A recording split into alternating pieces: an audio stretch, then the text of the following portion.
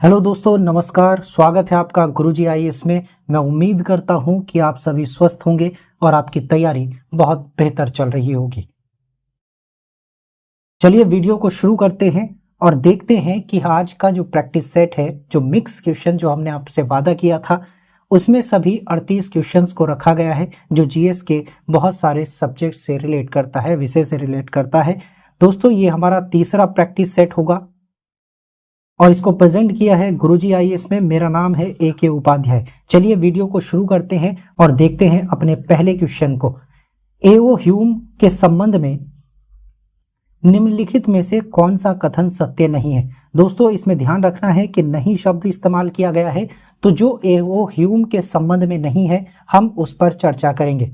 दोस्तों, इसमें पहला ऑप्शन है वह एक पक्षी विज्ञानी थे। बी ऑप्शन है उन्होंने भारतीय राष्ट्रीय कांग्रेस की स्थापना की थी। तीसरा, उन्होंने 2 बार कांग्रेस के वार्षिक अधिवेशन की अध्यक्षता की थी। और ऑप्शन डी है वह भारतीय सिविल सेवा के सदस्य थे। दोस्तों, उनके विषय में जो इसमें से चारों ऑप्शंस में से एक ऑप्शन नहीं है, वो यह तीसरा ऑप्शन, यानी कि उन्होंने 2 बार कांग्रेस के वार्षिक अधिवेशन की अध्यक्षता की थी, जो ऑप्शन गलत है और ये एओ ह्यूम के संबंध में नहीं है। आपको पता है कि इन्होंने राष्ट्रीय इंडियन नेशनल कांग्रेस की स्थापना की थी। ये पक्षी विज्ञानी भी थे और भारतीय सिविल सेवा के सदस्य भी थे। चलिए वीडियो को आगे बढ़ाते हुए दूसरे क्वेश्चन की तरफ बढ़ते हैं, जो लॉर्ड डफरिन के बारे में है।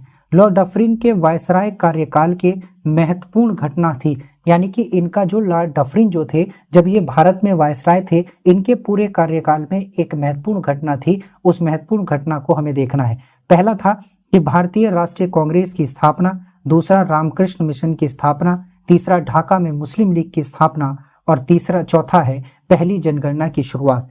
दोस्तों, इनके शासन काल में भारतीय राष्ट्रीय कांग्रेस यानी आईएनसी की स्थापना की गई थी और ये इनके कार्यकाल का एक महत्वपूर्ण घटनाक्रम था, जो कहा गया कि भारतीय राष्ट्रीय कांग्रेस की स्थापना इन्हीं वायसराय के कार्यकाल में की गई थी। दोस्तों, आपको याद रखना है। ठीक है, चलिए आगे बढ़ते हैं। तीसरा सवाल कहता है कि किस शासक ने कहा था कि हिंदुस्तान को मुस्लिम यानी दार उल इस्लाम राज्य में परिवर्तित करना या उसमें परिवर्तन करना असंभव है। यानी कि एक जो हिंदुस्तान है, जो भारत है, उसको हिंदुस्तान को मुस्लिम या दार उल इस्लाम में परिवर्तित नहीं किया जा सकता।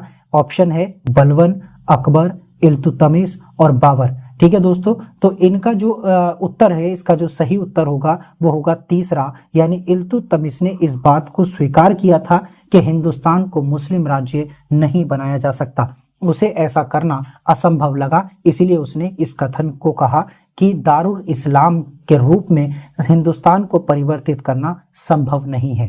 ठीक है दोस्तों, अब देखते हैं अपने चौथे सवाल को। औरंगजेब के शासनकाल में किसका यह देखने का कार्य था कि लोग अपना जीवन शरीयत के अनुसार जिए। यानी कि औरंगजेब का जब शासनकाल चल रहा था तो उसने एक पद को स्टैब्लिश किया, उसने एक पद बनाया और उसको ये देखने का कार्य सौंपा गया कि लोगों का जो जीवन है वो शरीयत कानून के हिसाब से चले। आप जानते हैं कि शरीयत एक मुस्लिम कानून है, एक मुस्लिम लॉ है, उसी के अनुसार लोगों का कार्य या जीवन चलना चाहिए। ये काम किसका था औरंगजेब के शासनकाल में? पहला ऑप्शन है अहदी, दूसरा मनसबदार, तीसरा बालासुही और चौथा मुहतसिब। दोस्तों, इसका सही उत्तर आप कमेंट बॉक्स में बताएंगे। ठीक है दोस्तों, इसका सही उत्तर होगा ऑप्शन डी, मुहतसिब। एक ऐसा पद था जिसका यह देखने का काम था कि लोगों का जीवन शरीयत कानून के हिसाब से चले। ठीक है, ये आपका सही उत्तर होगा। देखते हैं अगले क्वेश्चन को। 738 ईस्वी में अरबों को किसने पराजित किया था? यानी कि 738 ईस्वी में एक अरबों के साथ एक युद्ध हुआ था। वो आपको देखना है कि अरबों के साथ किसका युद्ध हुआ था और उन्हें किसने हराया था। तो ऑप्शन आपका ए है राष्ट्रकूटों ने, प्रतिहारों ने, सी पालों ने या फिर चालुक्य साम्राज्य के लोगों ने। ठीक है, या चालुक्य साम्राज्य ने। इसका सही उत्तर है, आपको बताना होगा। ठीक है, इसका सही उत्तर ऑप्शन बी है कि इनका युद्ध यानी अरबों का युद्ध जो हुआ था वो 338 ईस्वी में प्रतिहारों के साथ हुआ था और प्रतिहारों ने इन्हें पराजित किया था। किन्हें? अरबों को पराजित किया था। ठीक है, आपसे अगर पूछा जाता है कि अरबों को किसने हराया था 738 ईस्वी में, तो प्रतिहार वंश ने इसको पराजित किया था, अरबों को पराजित किया था। अगला क्वेश्चन है, और अगला क्वेश्चन कहता है कि मोहम्मद बिन कासिम, कौन सा, मोहम्मद बिन कासिम ने निम्नलिखित में से किस ईस्वी में सिंध पर विजय प्राप्त की थी। यानी कि मोहम्मद बिन कासिम जब भारत में आया, उसने युद्ध करने का प्रयास किया, तो किस ईस्वी में उसने सिंध पर विजय प्राप्त की थी, यानी सिंध क्षेत्र पर विजय प्राप्त की थी। ऑप्शन है 712 ईस्वी, 812 ईस्वी, 912 ईस्वी या फिर 1012 ईस्वी। ठीक है दोस्तों, इसका सही उत्तर होगा 712 ईस्वी में, क्योंकि ये मुस्लिम शासक था और मुस्लिम शासक का मोहम्मद बिन कासिम का जो पहला जो युद्ध हुआ था या पहला जो उसने विजय प्राप्त की थी किसी क्षेत्र पर, तो वो क्षेत्र था सिंध, और सिंध पर इसने 712 ईस्वी में विजय प्राप्त करके अपने अधिकार में लिया था सिंध क्षेत्र को। ठीक है दोस्तों, तो 712 ईस्वी आप याद रखेंगे, 712 ईस्वी में मोहम्मद बिन कासिम ने सिंध पर विजय प्राप्त की थी। ठीक है, अगला क्वेश्चन है, और अगला क्वेश्चन कहता है कि तराइन की दूसरी लड़ाई में, किसकी, तराइन की दूसरी लड़ाई में पृथ्वीराज चौहान को किसने पराजित किया था। ठीक है दोस्तों, आपके ऑप्शन है मोहम्मद गजनबी, बी है कुतुबुद्दीन ऐबक, सी है मोहम्मद गौरी और डी है अलाउद्दीन खिलजी। दोस्तों मैं आपको बता दूं कि तराइन का दूसरा जो युद्ध हुआ था या तराइन की जो दूसरी लड़ाई हुई थी वो पृथ्वीराज चौहान और मोहम्मद गौरी के बीच हुई थी, और मोहम्मद गौरी ने पृथ्वीराज चौहान को पराजित किया था। ठीक है, और उनके साम्राज्य पर अधिकार करने का प्रयास किया था। ठीक है दोस्तों तराइन का जो पहला युद्ध हुआ था, तराइन का पहला युद्ध 1191 में हुआ था और पृथ्वीराज चौहान के साथ ही हुआ था, और दूसरा युद्ध जो इसका हुआ था वो हुआ था 1192 ईस्वी में, और 1192 ईस्वी में मोहम्मद गौरी ने पृथ्वीराज चौहान को पराजित किया था। ठीक है दोस्तों, अगले क्वेश्चन की तरफ बढ़ते हैं, और कहा जाता है कि क्रिप्स मिशन के प्रस्ताव को किसने पोस्ट डेटेड चेक कहा है। यानी कि क्रिप्स मिशन जब भारत आया तो उसने अपना प्रस्ताव दिया, और उस प्रस्ताव को एक संज्ञा दी गई है पोस्ट डेटेड चेक की। कौन सा चेक, पोस्ट डेटेड चेक आपको याद रखना है। और इस पोस्ट डेटेड चेक को किसने कहा था कि क्या था। ऑप्शन है महात्मा गांधी, ऑप्शन बी है बी आर अम्बेडकर, सी है मौलाना अबुल कलाम आजाद, और ऑप्शन डी है सरदार वल्लभ भाई पटेल। तो दोस्तों मैं आपको ये बता दूं कि महात्मा गांधी जी ने क्रिप्स मिशन के प्रस्ताव को पोस्ट डेटेड चेक कहा था। किसने कहा था, महात्मा गांधी जी ने। तो आपको सही उत्तर याद रखना है महात्मा गांधी जी। ठीक है, चलिए अगले क्वेश्चन की तरफ बढ़ते हैं। अगला क्वेश्चन कहता है कि मध्यकालीन भारतीय इतिहास में किस शासक ने घोड़ा दागने की प्रथा को शुरू किया था। किसकी प्रथा को, घोड़े को दागने की प्रथा को शुरू किया था मध्यकालीन भारतीय इतिहास के। ऐसा कौन सा शासक था मध्यकालीन इतिहास का जिसने अपने घोड़ों को दागने की प्रथा को शुरू किया था। ऑप्शन ए है जलालुद्दीन खिलजी, ऑप्शन बी है अलाउद्दीन खिलजी, ऑप्शन सी है बलबन, और ऑप्शन डी है अकबर। ठीक है दोस्तों, तो मैं आपको बता दूं कि घोड़े दागने की जो प्रथा को शुरू किया था वो अलाउद्दीन खिलजी ने किया था। ठीक है, अलाउद्दीन खिलजी ने ही घोड़े दागने की प्रथा को शुरू किया था, और घोड़े दागने की प्रथा को शुरू करने वाला मध्यकालीन भारतीय इतिहास का वह शासक था। ठीक है, चलिए अगले क्वेश्चन की तरफ बढ़ते हैं, और अगला क्वेश्चन कहता है कि हमारे संविधान की प्रस्तावना में महत्वपूर्ण प्रस्ताव निम्न नाम के अंतर्गत बनाया गया है ना। यानी कि जो महत्वपूर्ण हमारी जो प्रस्तावना है उसका जो महत्वपूर्ण प्रस्ताव है वो किस नाम के अंतर्गत बनाया गया है। ऑप्शन है भारत का संविधान, भारतीय स्वतंत्रता अधिनियम 1947, भारत के लोग, या इनमें से कोई नहीं। दोस्तों मैं आपको बता दूं, अगर आपने प्रस्तावना को पढ़ा होगा तो प्रस्तावना की पहली लाइन ही हम भारत के लोगों से शुरू होती है। तो यही एक महत्वपूर्ण प्रस्ताव था, यही भारत के लोग, क्योंकि भारत का संविधान भारतीयों के द्वारा बनाया गया है। ठीक है, भारतीयों के लिए बनाया गया है और भारतीयों पर ही लागू किया गया है। ठीक है, तो भारत की जो संविधान की प्रस्तावना है उसकी शुरुआत ही हम भारत के लोगों से होती है। तो इसका सही उत्तर होगा हम भारत के लोग। ठीक है, ये इसका महत्वपूर्ण प्रस्ताव इस नाम से अंतर्गत बनाया गया है।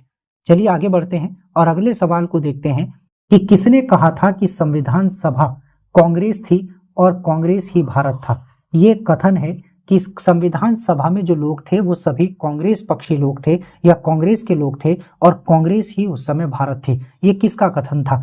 तो ऑप्शन है CR एटली, ठीक है, बी ऑप्शन है विंस्टन चर्चिल, तीसरा ऑप्शन है ऑस्टिन, और डी ऑप्शन है लॉर्ड माउंटबेटन। आपको इसका सही उत्तर चुनना है और सही उत्तर है इसका ऑस्टिन। और ऑस्टिन ने ही ये कहा था कि भारतीय संविधान सभा के जो लोग थे वो कांग्रेस थी और कांग्रेस ही भारत था। ठीक है, तो सही उत्तर होगा आपका ऑस्टिन यानी ऑप्शन डी। ठीक है, अगला क्वेश्चन है कि निम्नलिखित कथनों में कौन सा कथन सही नहीं है। देखो इसमें भी सही नहीं वाला शब्द आया है, तो आपको नहीं शब्द वाले जो क्वेश्चंस हैं उन पर फोकस थोड़ा ज्यादा करना है ताकि वो गलती से ना हो जाए, क्योंकि जब हम ऑप्शन पढ़ेंगे तो ऑप्शन में हमें सही लगेगा तो हम चूज कर जाएंगे, लेकिन हमें गलत वाला ऑप्शन चूज करना है। ठीक है, हमें कौन सा ऑप्शन चूज करना है, गलत वाला ऑप्शन चूज करना है। और ए ऑप्शन है संविधान सभा द्वारा भारतीय संविधान स्वीकार किया गया, बिल्कुल सही ऑप्शन है। बी ऑप्शन है कि 1957 की बलवंत राय मेहता समिति रिपोर्ट के द्वारा पंचायती राज की संस्कृति की गई, बिल्कुल सही बात है, संस्तुति की गई, संस्कृति नहीं संस्तुति है दोस्तों, ये संस्तुति की गई। सी ऑप्शन है कि के एम मुंशी संविधान का प्रारूप बनाने वाली समिति के सदस्य थे। ऑप्शन डी है संविधान के अंतर्गत मूल अधिकारों का संरक्षक भारत का राष्ट्रपति है। दोस्तों मैं आपको ये बता दूं कि भारतीय संविधान सभा के द्वारा ही भारतीय संविधान को स्वीकार किया गया, तो ये ऑप्शन बिल्कुल सही है जो इस क्वेश्चन से मेल नहीं खाता। ऑप्शन बी भी गलत होगा क्योंकि बलवंत राय मेहता की समिति से ही पंचायती राज की संस्तुति की गई थी, ये भी सही ऑप्शन है। ऑप्शन सी कहता है कि के एम मुंशी संविधान का प्रारूप करने वाली समिति के सदस्य थे, ये भी बिल्कुल सही है। तो ये तीनों ऑप्शन तो हमारे कट हो जाते हैं क्योंकि तीनों के तीनों सही हैं। गलत ऑप्शन है संविधान के अंतर्गत मूल अधिकारों का संरक्षक भारत का राष्ट्रपति है। दोस्तों भारत का राष्ट्रपति मूल अधिकारों का संरक्षक नहीं है, मूल अधिकारों का संरक्षक सुप्रीम कोर्ट है, यानी कि न्यायालय है और संविधान है। संविधान के तहत मूल अधिकारों को दिया गया है। ठीक है, जो हमारे मूल अधिकार हैं वो हमें किसी से मांगने नहीं पड़ते हैं, लेकिन अगर उनका हनन होता है तो उनकी रक्षा कौन करता है, सुप्रीम कोर्ट करता है, ना कि भारत के राष्ट्रपति। तो ऑप्शन डी इसका क्या होगा, सही उत्तर होगा ऑप्शन डी। तो संरक्षक कौन है, जो गलत है वो क्या है, सुप्रीम कोर्ट है, और गलत ऑप्शन है राष्ट्रपति। ठीक है, तो इसीलिए डी ऑप्शन हमारा सही हो जाता है इस क्वेश्चन के अकॉर्डिंग। चलिए आगे बढ़ते हैं और आगे अगला सवाल क्या कहता है कि भारतीय संविधान के विषय में निम्नलिखित कथन निम्न में से किसका है। यानी कि एक कथन दिया गया है, नीचे लिखा है कि भारतीय संविधान अधिक कठोर तथा अधिक लचीले के मध्य एक अच्छा संतुलन स्थापित करता है। ठीक है, तो ये कथन किसका है। दोस्तों मैं बता दूं कठोर और लचीले का मतलब क्या होता है। कठोर संविधान का मतलब होता है जिसमें संशोधन करने की प्रक्रिया बहुत कठोर हो, ठीक है, यानी बहुत मुश्किल से संशोधन किया जाए। और लचीले का मतलब होता है कि जिसमें बहुत आसान तरीके से, यानी कि एक नॉर्मल विधि द्वारा संविधान में संशोधन किया जाए, उसे हम लचीला संविधान कहते हैं। देखिए भारतीय संविधान क्या है, ना तो पूरी तरीके से कठोर है और ना ही पूरी तरीके से लचीला है। हमने इसको समझाया है कि जब हम संविधान संशोधन की पॉलिटी की सीरीज को हम कवर करते हुए संविधान संशोधन के वीडियो अगर आप जाकर देखेंगे तो उसमें आपको कठोर और लचीले का मतलब पता चल जाएगा, और भारतीय संविधान में किस प्रकार से संशोधन होता है उसके बारे में भी पता चल जाएगा, जो आर्टिकल 368 है। ठीक है, हमने पूरा पढ़ाया हुआ है, जाकर आप वीडियो देख सकते हैं।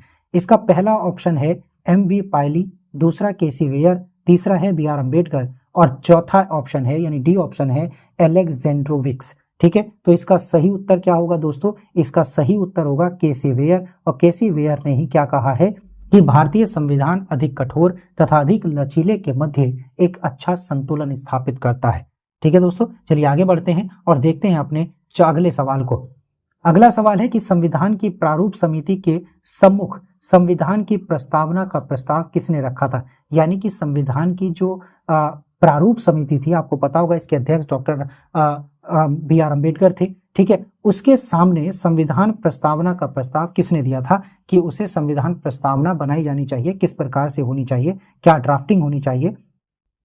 ठीक है, पहला ऑप्शन है डॉक्टर बी.आर. अम्बेडकर, दूसरा है बी.एन. रॉय, तीसरा है जवाहरलाल नेहरू और चौथा है महात्मा गांधी।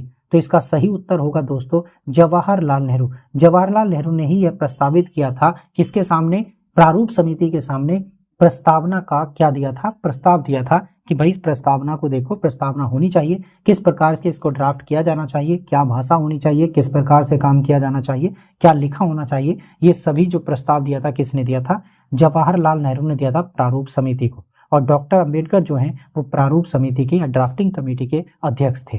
ठीक है, इसमें 7 लोग थे। चलिए आगे बढ़ते हैं।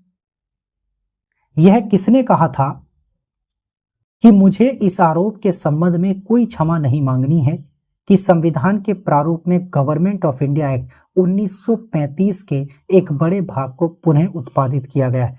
लास्ट वीडियो जब हमारा आया था, पहला वीडियो, हमने 1935 के भारत शासन अधिनियम को देखा था, गवर्नमेंट ऑफ इंडिया एक्ट 1935 को देखा था, और ये भी कहा था कि इसका एक बहुत बड़ा हिस्सा, या मैं ये कहूँ लगभग 80 to 90% हिस्सा इसका संविधान में शामिल किया गया है। और इस आधार पर माफी मांगने से किस व्यक्ति ने मना कर दिया था कि हमने अंग्रेजों के बनाए गए कानून से बहुत सारी चीजें को किसमें शामिल किया है, भारतीय संविधान में शामिल किया है। आपका पहला ऑप्शन होगा सरदार पटेल, दूसरा जवाहरलाल नेहरू, तीसरा डॉक्टर राजेंद्र प्रसाद, और चौथा ऑप्शन होगा डॉक्टर भीमराव अंबेडकर। तो इसका सही उत्तर है डॉक्टर भीमराव अंबेडकर, क्योंकि डॉक्टर भीमराव अंबेडकर ने ही ऐसे ये कथन दिया था कि मैं किसी से माफी नहीं मांगूंगा, मुझे जो सही लगा, जो उस कानून में मुझे सही लगा कि मुझे भारतीय संविधान के लोगों के लिए वो चीज चाहिए, मैंने उन्हें अपनी परिस्थितियों के हिसाब से बदलकर भारतीय संविधान में शामिल कर लिया है। तो मैं इसमें माफी मांगने वाली कोई चीज नहीं है। ठीक है, अगला क्वेश्चन है, अगला क्वेश्चन कहता है कि भारतीय स्वतंत्रता के पश्चात प्रथम मंत्रिमंडल का कानून मंत्री निम्नलिखित में से कौन था। प्रथम मंत्रिमंडल का कानून मंत्री किसको बनाया गया था। ऑप्शन है टीटी कृष्णामचारी, के एम मुंशी, एसपी मुखर्जी और डॉक्टर भीमराव अंबेडकर।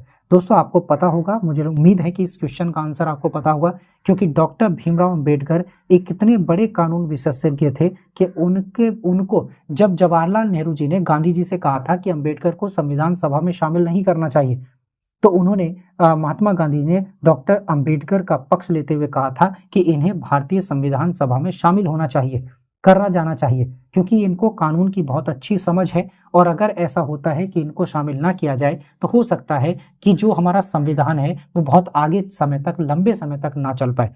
इसीलिए इसका सही उत्तर होगा डॉक्टर भीमराव अंबेडकर। इन्हीं ने प्रथम मंत्रिमंडल को कानून मंत्री बनाया गया था, डॉक्टर भीमराव अंबेडकर को।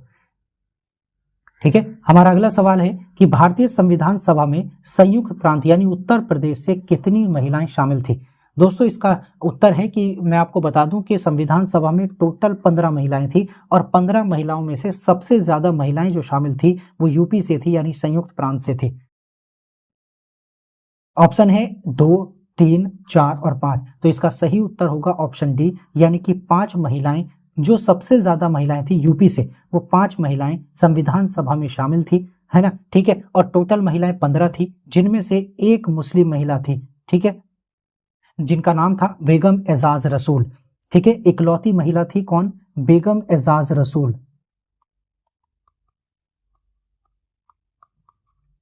ठीक है, ये इकलौती मुस्लिम महिला थी जो भारतीय संविधान सभा में शामिल थी। कुल मिलाकर 15 महिलाएं थी, और सबसे अधिक उत्तर प्रदेश से थी। ये सवाल आपसे किसी भी तरीके से पूछा जा सकता है कि संविधान सभा में कितनी महिलाएं थी।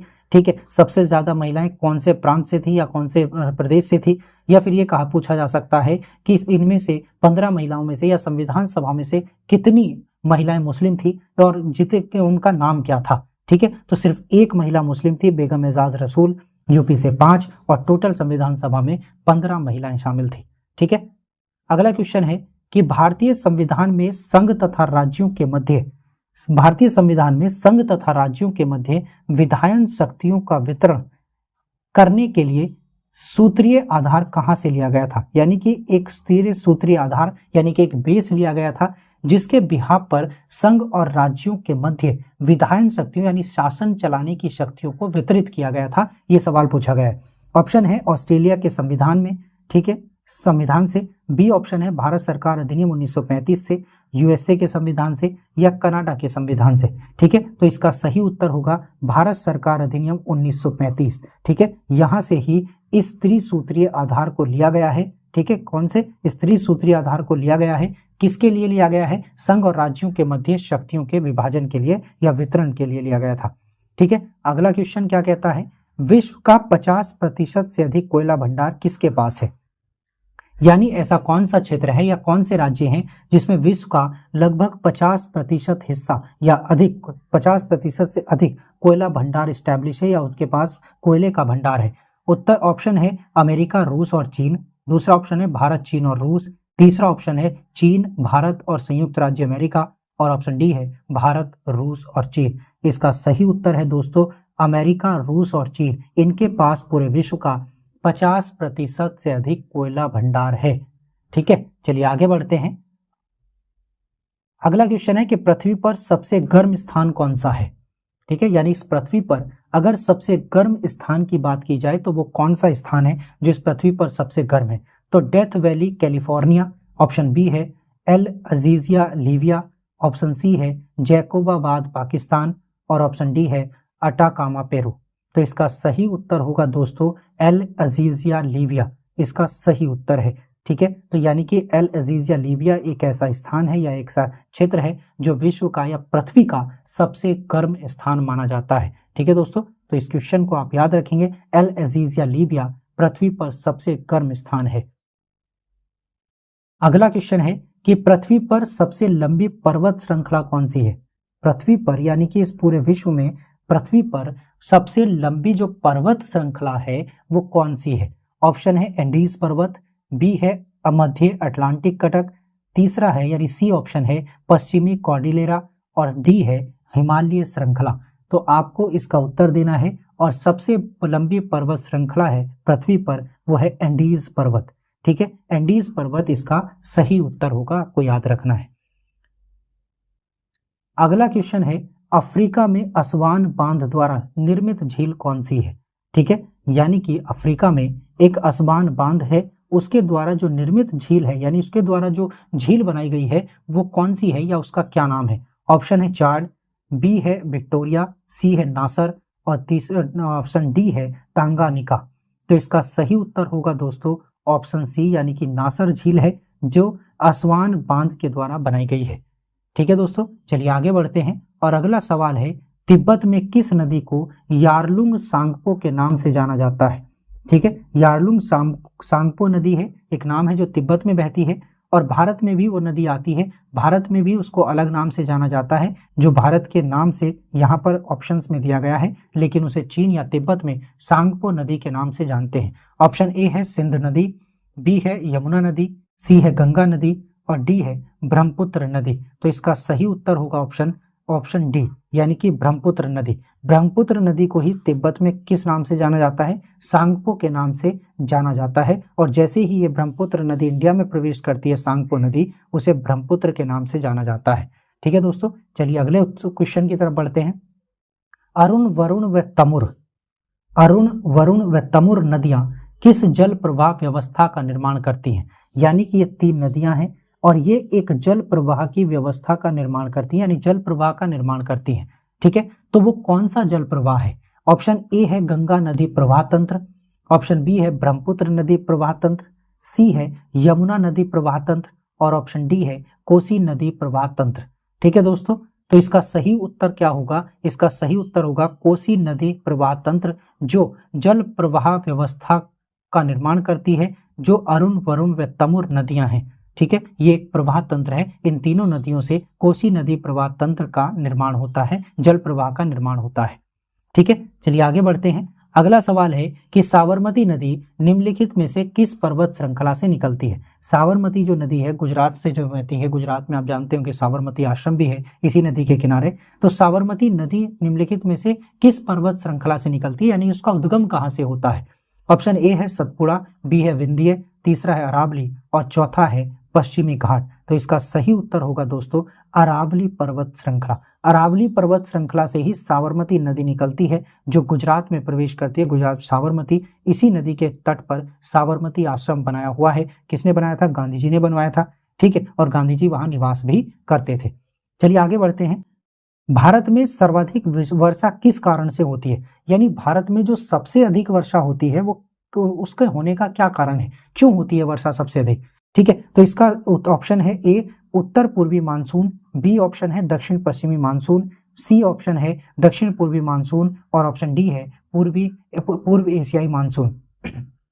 दोस्तों बिना मानसून के तो बारिश होती नहीं है, तो इसीलिए एक ऐसा मानसून है इन चारों में से जो भारत में सर्वाधिक वर्षा करवाता है या सर्वाधिक वर्षा होने का कारण है। तो इसका सही उत्तर होगा ऑप्शन ए, यानी कि उत्तर पूर्वी मानसून। जब उत्तर पूर्वी मानसून भारत में आता है तो उस मानसून के कारण भारत में सबसे अधिक वर्षा होती है, और यही सबसे अधिक वर्षा का कारण माना जाता है। अगला सवाल है कि निम्नलिखित में से किस स्थान को थर्ड पोल कहा जाता है? यानी कि एक ऐसा स्थान है जिसे थर्ड पोल के नाम से जाना जाता है। आपका ऑप्शन है हडसन उच्च भूमि, बी ऑप्शन है रॉकी पर्वत, तीसरा ऑप्शन है सेवेरनी द्वीप और डी ऑप्शन है सियाचिन ग्लेशियर। तो दोस्तों थर्ड पोल को जिस नाम से जाना जाता है वो है सियाचिन ग्लेशियर। सियाचिन ग्लेशियर को ही थर्ड पोल के नाम से जाना जाता है और इसी को थर्ड पोल कहा जाता है। ठीक है दोस्तों, हमारा अगला क्वेश्चन है निम्नलिखित में से गलत कथन को चुनिए। यानी कि नीचे 4 ऑप्शन है और इसमें हमें नहीं वाला या गलत वाला ऑप्शन चुनना है। पहला ऑप्शन है भारत में सर्वाधिक जूट मिलें पश्चिम बंगाल में स्थित हैं। यानी जूट की जो मिल है वो सर्वाधिक कहाँ पर है? पश्चिम बंगाल में है। ऑप्शन बी, भारत की अधिकतर जूट मिलें सहकारी क्षेत्र में है, यानी कि कोऑपरेटिव सेक्टर में है। और सी है, भारत में उत्पादित अधिकतर ऊन कालीन वर्ग की होती है, ऊन कालीन वर्ग की होती है। ठीक है। ऑप्शन डी है, विकेंद्रित ऊन के कारण ऊन के कारखाने यानी विकेंद्रीकृत ऊन के कारखाने अधिकतर पंजाब में स्थित हैं।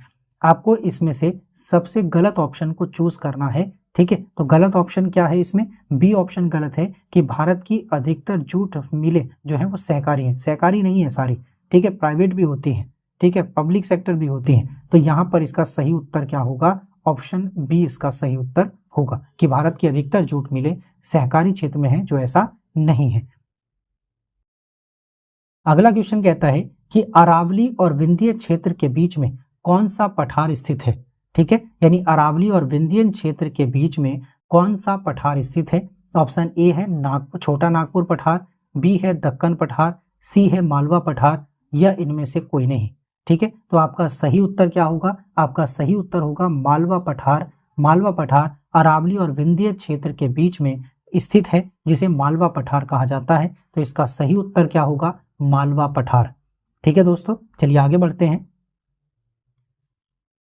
30 क्वेश्चन है हमारा कि निम्नलिखित में से कौन सी नस्ल भारत की सबसे पुरानी नस्ल है? ठीक है, यानी भारत में जो नस्ल हैं, जितनी भी नस्लें हैं, उनमें से सबसे पुरानी नस्ल कौन सी है? ठीक है, सबसे पुरानी नस्ल देखिए। ऑप्शन है प्रोटो ऑस्ट्रेलाइड, ठीक है, बी ऑप्शन है नेग्रिटो, सी है मंगोलाइड और डी है नार्डिक। ठीक है, तो इसका सही उत्तर क्या होगा दोस्तों? इसका सही उत्तर होगा ऑप्शन बी नेग्रिटो। यानी कि नेग्रिटो भारत में स्थित जितनी भी नस्ल हैं उनमें सबसे पुरानी नस्ल मानी जाती है नेग्रिटो को।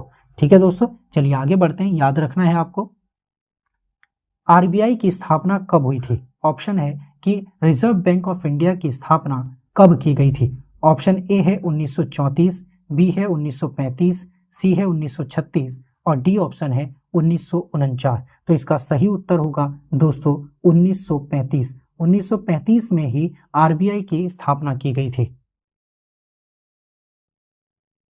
ठीक है दोस्तों, तो 1 अप्रैल को यानी कि 1 अप्रैल 1935 को क्या किया गया था? आरबीआई की स्थापना की गई थी। यह हमारा उत्तर होगा। हमारा अगला सवाल है, पूरा यानी PURA योजना जो भारत में ग्रामीण क्षेत्रों में शहरी सुविधाओं के प्रावधान की परिकल्पना करती है कि उसकी पहली बार वकालत किसने की थी? ऑप्शन है doctor MS Swaminathan, doctor APJ Abdul Kalam, doctor Arvind Subramanian और डॉक्टर प्रोफेसर दिनशा मिस्त्री। दोस्तों आपको सही उत्तर चुनना है। ठीक है, इसका सही उत्तर होगा ऑप्शन बी यानी APJ अब्दुल कलाम। ठीक है, APJ अब्दुल कलाम सर ने पूरा योजना की वकालत की थी, पहली बार वकालत की थी और इसको शुरू किया गया था। इसकी वकालत किसने की थी? APJ अब्दुल कलाम ने की थी और वो तारीख थी जनवरी 2003। ठीक है, जनवरी 2003 में इन्होंने ऐसा किया था और जनवरी 2003 में ही APJ अब्दुल कलाम सर ने इसकी वकालत की थी। चलिए आगे बढ़ते हैं। अगला सवाल है, भारतीय स्टेट बैंक को पहले किस नाम से जाना जाता था? यानी जो स्टेट बैंक ऑफ इंडिया है, अभी SBI है, उसे पहले किस नाम से जाना जाता था? ऑप्शन है Imperial Bank of India, B option है कैनरा बैंक, सी है सिंडिकेट बैंक और डी है भारतीय सहकारी बैंक। ठीक है, आपको बताना है कि भारतीय स्टेट बैंक को पहले किस नाम से जाना जाता था। इसका ऑप्शन रहेगा इंपीरियल बैंक ऑफ इंडिया, यानी इंपीरियल बैंक ऑफ इंडिया ही पहले, अब क्या है SBI है और SBI पहले क्या था? इंपीरियल बैंक ऑफ इंडिया के नाम से जाना जाता था। ठीक है, अगला क्वेश्चन है नाबार्ड का अर्थ क्या है? यानी कि जो नाबार्ड है ये एक संस्था है, इसका अर्थ क्या है? इसका ऑप्शन है लेखांकन और समीक्षा के लिए राष्ट्रीय व्यवसाय, दूसरा national bank for agriculture and rural, तीसरा है वैमानिकी और रडार विकास के लिए राष्ट्रीय बैंक और ऑप्शन डी है वायु और सड़क परिवहन के लिए राष्ट्रीय ब्यूरो। ठीक है, तो आपको इसका सही उत्तर लिखना है और सही उत्तर है इसकी फुल फॉर्म है national bank for agriculture and rural. ठीक है, ये इसके लिए काम करती है और इसकी फुल फॉर्म है national bank for agriculture and rural. ठीक है, तो ये एग्रीकल्चर के लिए काम करता है। अगला क्वेश्चन देखते हैं और अगला क्वेश्चन है हमारा भारतीय रिजर्व बैंक यानी आरबीआई का राष्ट्रीयकरण कब किया गया। जो भारतीय रिजर्व बैंक है उसका राष्ट्रीयकरण कब किया गया था। तो ऑप्शन है आपका 1949, बी है 1951, सी है 1947 और डी है 1935। ठीक है दोस्तों, तो आपको इसका सही उत्तर चुनना है और सही उत्तर है इसका 1949, यानी 1949 में ही आरबीआई का नेशनलाइजेशन किया गया था, यानी राष्ट्रीयकरण किया गया था। ठीक है दोस्तों, अगला क्वेश्चन क्या कहता है। अगला क्वेश्चन कहता है कि भारतीय औद्योगिक विकास बैंक यानी कि जो भारतीय औद्योगिक विकास बैंक है उसकी स्थापना कब की गई थी। ठीक है, भारतीय औद्योगिक विकास की स्थापना कब की गई थी। ऑप्शन है 1 जुलाई 1968, 6 जुलाई 1966, 1 जुलाई 1964 और 10 जुलाई 1962। ठीक है दोस्तों, तो आपको इसका सही उत्तर चुनना है और सही उत्तर है 1 जुलाई 1964 को भारतीय औद्योगिक विकास बैंक की स्थापना की गई थी। ठीक है दोस्तों, आपको तारीख याद रखनी है और तारीख के साथ साथ साल भी याद रखना है। आपको अपनी तैयारी को बेहतर बनाने के लिए ये सारी चीज़ें आपको करनी होंगी। चलिए आगे बढ़ते हैं और अगला सवाल है कि गरीबी हटाओ का नारा निम्नलिखित में शामिल था, यानी गरीबी हटाओ का नारा निम्न ऑप्शन में से किस ऑप्शन में शामिल हुआ था या उसकी कौन सी योजना थी। पहला है पहली योजना, बी है दूसरी योजना, सी है चौथी योजना और डी है 5वीं योजना। तो इसका सही उत्तर होगा दोस्तों ऑप्शन डी, यानी पंचवर्षीय जो योजना आई थी 5वीं योजना, उसमें गरीबी हटाओ का नारा दिया गया था। ठीक है, कि गरीबी हटाओ। कहा गया है कि कौन सा बैंक कृषि एवं ग्रामीण वित्त की आवश्यकताओं तक सीमित है, यानी कि ऐसा कौन सा बैंक है जो कृषि एवं ग्रामीण वित्त की आवश्यकताओं तक ही सीमित है। ठीक है, तो ऑप्शन है आरबीआई, बी है एसबीआई, सी है आईएफसी और डी है नाबार्ड। दोस्तों हमने एग्रीकल्चर को लेकर एक क्वेश्चन डिस्कस किया था नाबार्ड का। नाबार्ड को मैंने ये भी बताया था कि कृषि के लिए ही काम करता है, इसकी आवश्यकताओं यानी ये जो वित्त देता है ये केवल कृषि और ग्रामीण वित्त की आवश्यकताओं तक ही सीमित है। ठीक है, तो इसका सही ऑप्शन होगा, सही उत्तर होगा नाबार्ड। नाबार्ड क्या है कि एक ऐसा बैंक है जो कृषि एवं ग्रामीण वित्त की आवश्यकताओं तक ही सीमित होता है। ठीक है दोस्तों, ये हमारा आज का वीडियो था स्टूडेंट्स, और मैं उम्मीद करता हूं कि वीडियो आपको पसंद आया होगा, आपको हेल्प लग रही होगी। ठीक है, अगर ये वीडियो हमारी आपको पसंद आ रही है तो चैनल को सब्सक्राइब कर लें, वीडियो को शेयर कर लें। ठीक है, ताकि दूसरे लोगों की भी मदद हो सके। मैं उम्मीद करता हूँ आपकी तैयारी बहुत बेहतर चल रही होगी। धन्यवाद। सब्सक्राइब कीजिए गुरु ज्ञान चैनल को और बेल आइकन दबाइए लेटेस्ट वीडियो सबसे पहले देखने के लिए।